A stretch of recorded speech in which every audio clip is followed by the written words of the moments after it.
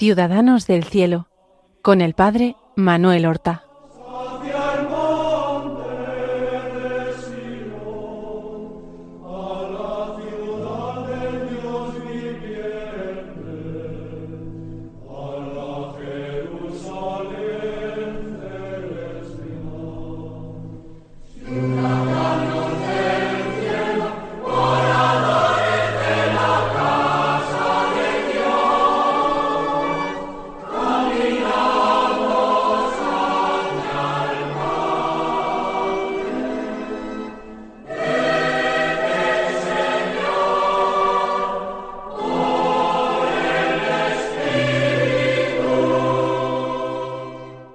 Muy buenos días, queridos amigos. Damos comienzo a una nueva emisión del programa Ciudadanos del Cielo. Con este programa nosotros tratamos de acercar a nuestros oyentes esos magníficos ejemplos de imitación de Cristo, de santidad que dejaron nuestros hermanos los santos. Y hoy vamos a dar comienzo al primero de unos cuantos programas que dedicaremos a una de las grandes figuras de la historia de la Iglesia, San Alfonso María de Ligorio. Y digo una de las grandes figuras porque la Iglesia lo ha declarado doctor de la Iglesia. Vamos a tratar de conocer su extensa vida. Extensa vida porque vivió 90 años y en esta larga vida pues vivió distintas situaciones. Hijo de una familia rica, abogado, sacerdote, misionero, fundador de una congregación religiosa, la Congregación del Santísimo Redentor, los redentoristas, escritor fecundo, compositor de música, teólogo moral y obispo. Como vemos, realmente fueron 90 años muy bien aprovechados. Pero para comprender su vida deberíamos comprender también algo de la época en que vivió y de la tierra en que vivió.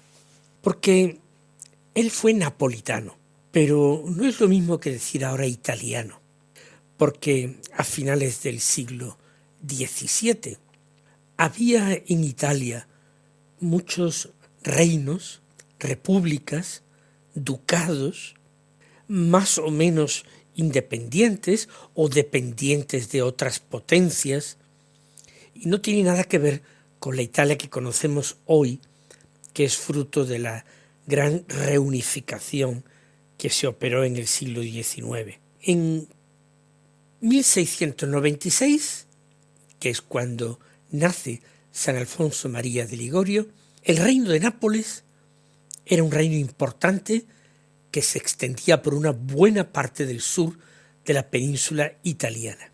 Tenía una fuerte personalidad, una cultura propia. Alfonso nació en una pequeña localidad cercana a Nápoles, Marianella. Él se sintió siempre muy napolitano. Pero cuando nació, él era súbdito español. España, durante 200 años, reinó la monarquía española sobre todo el sur de Italia. El último rey español fue Carlos II, el último Austria. A la muerte de Carlos II, sin descendencia, comienza la guerra de sucesión española entre Felipe, que luego será Felipe V, y el archiduque Carlos I, por la dinastía de los Habsburgos, alemanes, el otro, que era nieto de Luis XIV de Francia, el rey Sol, representante de la dinastía borbónica. Por tanto, él fue súbdito español. Pero Felipe V es aceptado como rey de Nápoles también, pero solamente 6-7 años después, tenía Alfonso María de Ligorio 10 años, las tropas austriacas conquistaron el reino de Nápoles y Nápoles pasó a depender de los Habsburgos de Austria. Hubo una dominación austriaca que duró 27 años. En 1734 vuelve a cambiar la situación. Un hijo de Felipe V de España, Carlos de Borbón, el futuro Carlos III de España, conquistó Nápoles y estableció allí una monarquía autónoma, dependiente de la española, pero con sus reyes propios. Ese rey Borbón de Nápoles, Carlos III, a la muerte de su padre, lo sucede y abandona Nápoles, que transfiere a su hijo Fernando, que reina en Nápoles con el nombre de Fernando IV.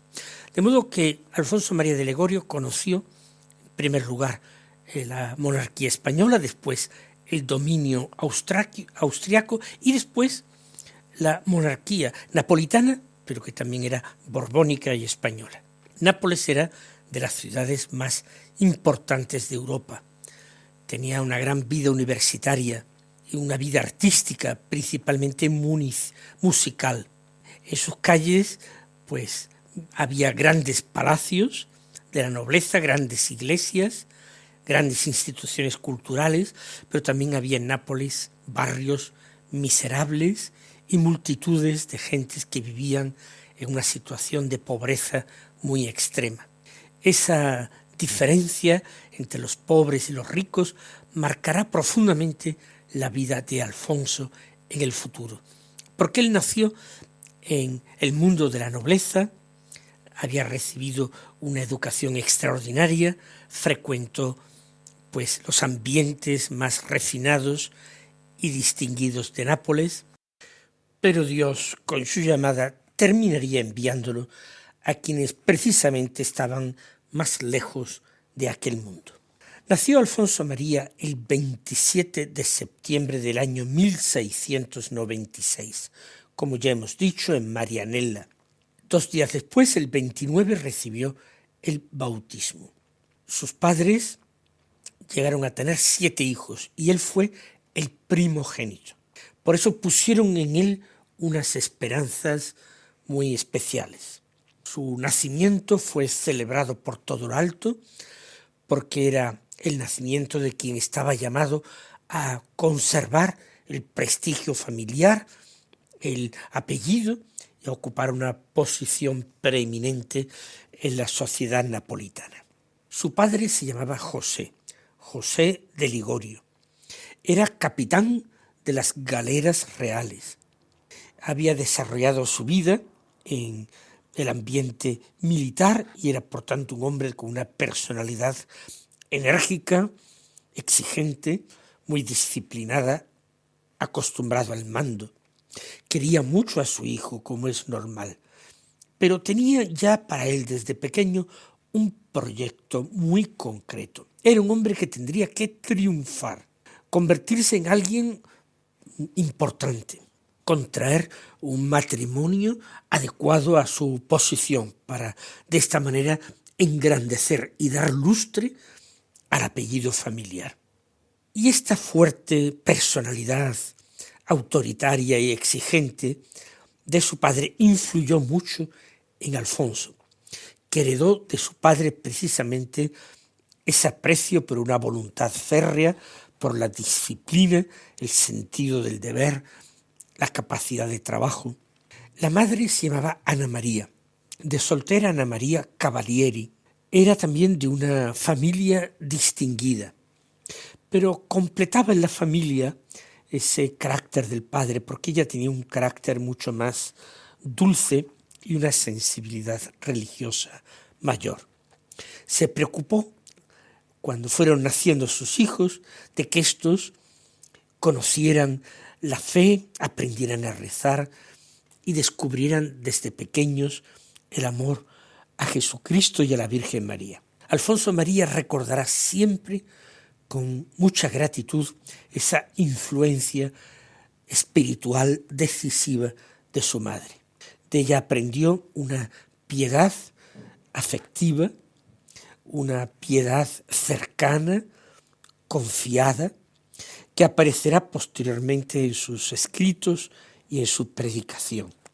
Así pues, firmeza por parte de su padre, ternura, religiosidad de parte de la madre, ambas líneas, ambos caracteres confluirán en el suyo y ayudarán a formar su personalidad.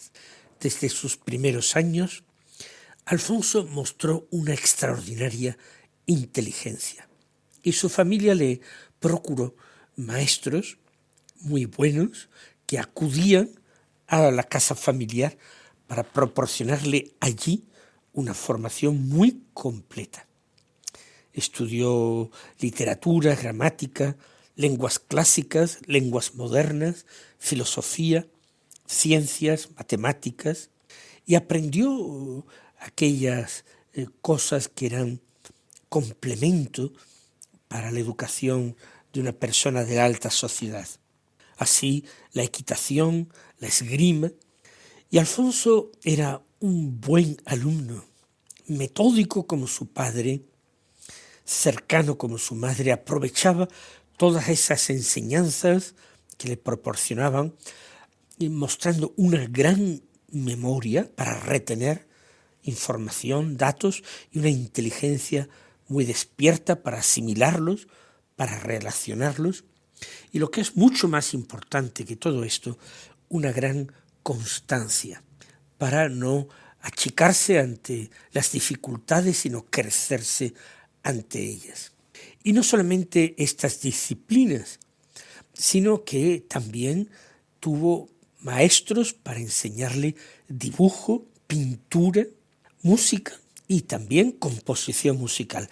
Tocaba distintos instrumentos musicales y tenía una gran sensibilidad artística.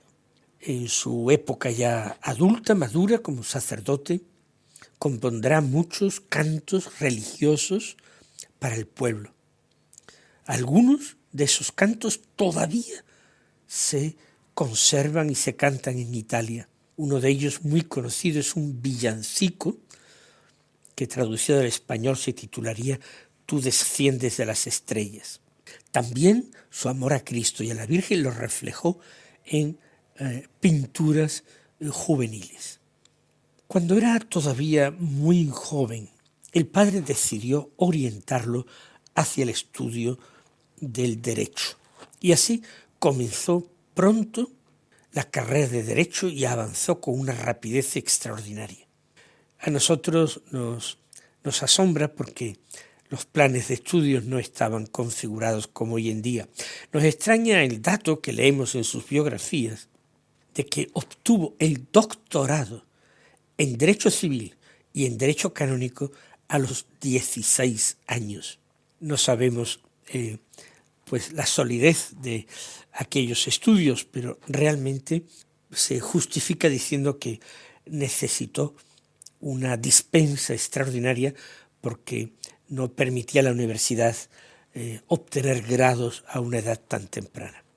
Sin embargo, parece que el tribunal que lo examinó quedó tan impresionado por sus conocimientos, su capacidad para razonar y argumentar cuestiones jurídicas, problemas jurídicos, pues le concedió el título.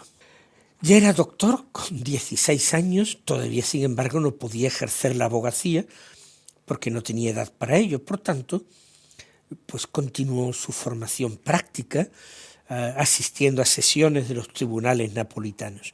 Y fue con 19 años, en el año 1715, cuando empieza a ejercer como abogado.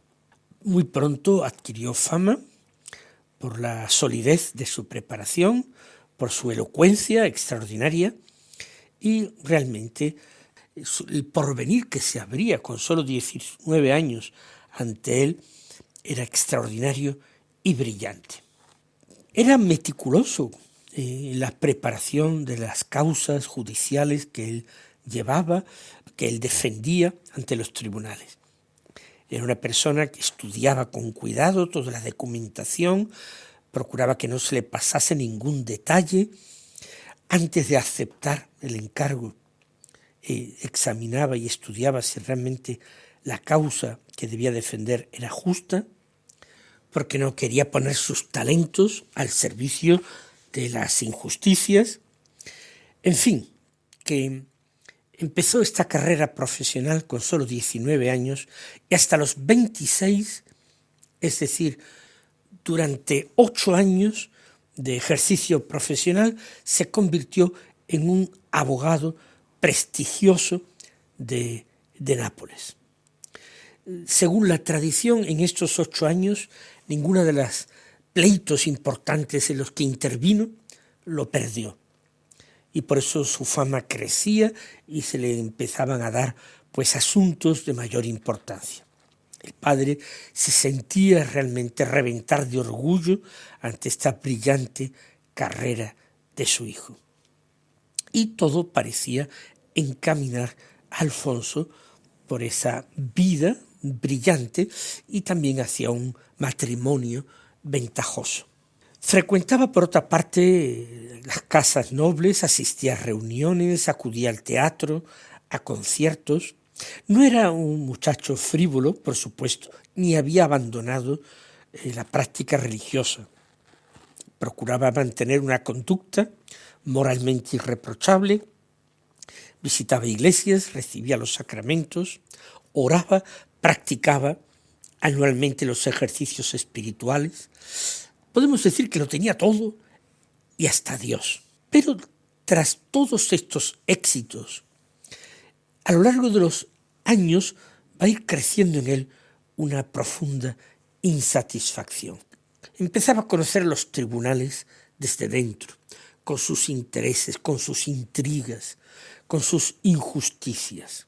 No sabía exactamente qué le estaba pidiendo a Dios, pero comprendía que no podía limitarse a vivir así toda su vida, solamente creciendo en fama y en riquezas. Con 26 años, después de 8 de ejercicio, era un hombre admirado. Pero se preguntaba si había recibido todos aquellos talentos que tenía solo en su propio provecho. Y a los 26 años tiene lugar un acontecimiento que cambiará totalmente su existencia. Le encomendaron una causa muy importante. Estaba relacionada con la posesión de un feudo, el feudo de Amatrice.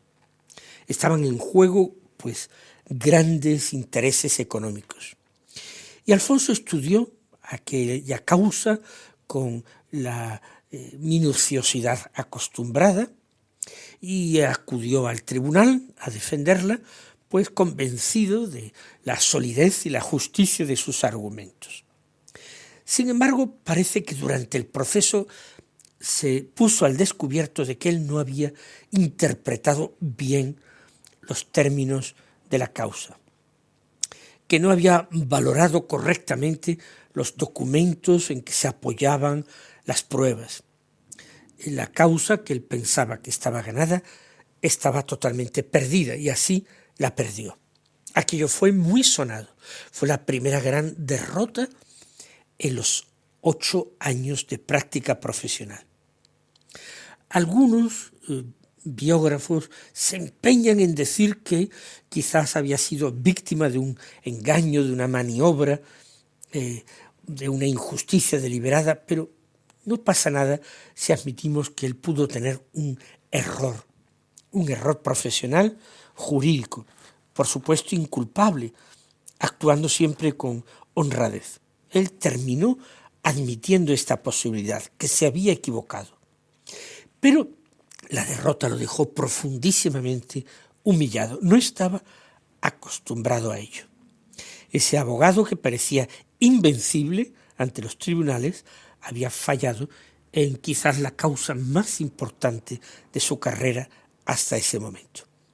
Y salió del tribunal profundamente disgustado, humillado. Según la tradición que recogen algunos biógrafos, al salir del tribunal dijo: «Mundo, te conozco, tribunales, no me veréis más». Y así permaneció algunos días, incluso semanas, profundamente abatido, deprimido. No quería comer, le costaba hablar de lo que había pasado. Y todo esto no pudo explicarse simplemente por un orgullo profundamente herido, que también había sido herido su orgullo profesional. Pero el fracaso hizo salir a la luz una crisis que se estaba ya gestando en su corazón desde tiempo antes. Todo aquello por lo que había trabajado, por lo que se había esforzado, de repente se le mostró totalmente frágil e insuficiente. Derrotas podrían venir más en el futuro. Y Dios se sirvió de aquella causa, aquel pleito perdido, para plantearle realmente la causa definitiva y decisiva de su vida. Porque Alfonso se decide a abandonar la abogacía. Intensifica su oración. Acude a casas de las personas necesitadas. Va al hospital de los incurables de Nápoles. Allí eran atendidas las personas aquejadas por enfermedades graves, normalmente los pobres y abandonados. Él que había frecuentado los tribunales, pero también los palacios, los teatros y las salas de concierto, empieza a pasar muchas horas junto a los enfermos. Y junto a los enfermos pobres que nada podían darle ni podían de ninguna manera incrementar su fama. Y aquello va a producir un cambio. Es agosto del año 1723. Tiene 26 años, aunque en breve, en septiembre, cumplirá 27. Estando con enfermos, siente interiormente una llamada que la tradición resume en estas palabras, como una voz interior que le decía: deja el mundo y entrégate a mí. Al principio él quedó desconcertado, pero la llamada seguía resonando con fuerza en su interior. Y entendió que Dios no le pedía simplemente que fuera un abogado honrado y generoso y que dedicara una buena parte de tiempo a practicar obras de misericordia, sino que Dios le estaba pidiendo su vida entera. Y entonces se dirigió a la iglesia de Nuestra Señora de la Merced y allí, a los pies de una imagen de la Virgen, entregó su vida.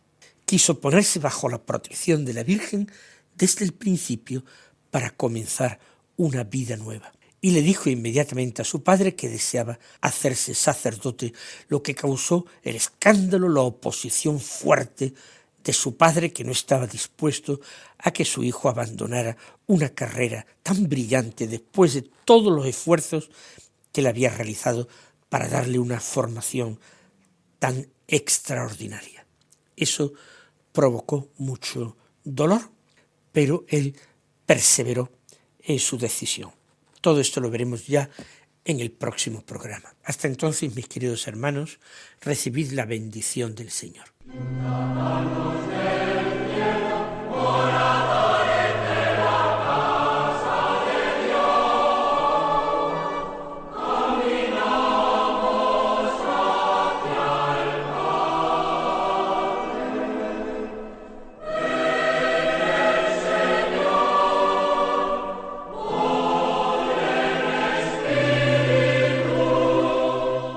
Han escuchado en Radio María Ciudadanos del Cielo con el Padre Manuel Horta.